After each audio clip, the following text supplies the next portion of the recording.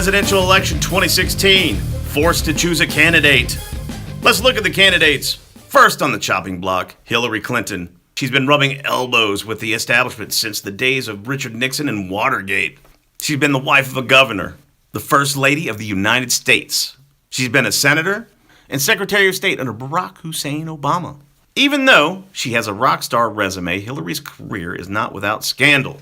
There's controversy looming like a dark cloud over the election that's about to happen next week. You've got mail. Now, given the fact that Hillary Clinton is surrounded by so much scandal and has been for such a long time, I have to ask myself before considering her as a candidate, is she really this self-serving criminal individual that so many people allege? Well, let's look at her criminal record. Was she ever convicted of a crime? How much time did she do? Was she ever even indicted or arrested?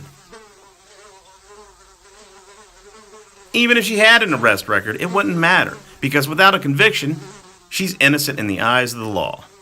What do they say? Don't hate the player, hate the motherfucking game, because she's winning. Next candidate, Donald Trump. A true rags to riches story.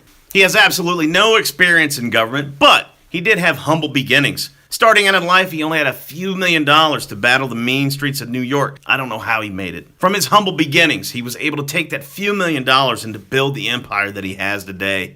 Donald, too, has been mired in some controversy. There have been allegations that Trump hosted cocaine-fueled sex parties all over the United States. And what do I have to say about that? I really don't give a shit. If Trump wants to have a cocaine-fueled sex party, he should be allowed to have a cocaine-fueled sex party. If nobody died, nobody went to jail, these are consenting adults who can afford to have cocaine-fueled sex parties, then they should be allowed to have cocaine-fueled sex parties. The only thing that really bothers me about it is that I wasn't invited. And last on the chopping block, former Republican Governor Gary Johnson. Gary, who ran a pretty tight ship there in New Mexico, really doesn't have any scandal.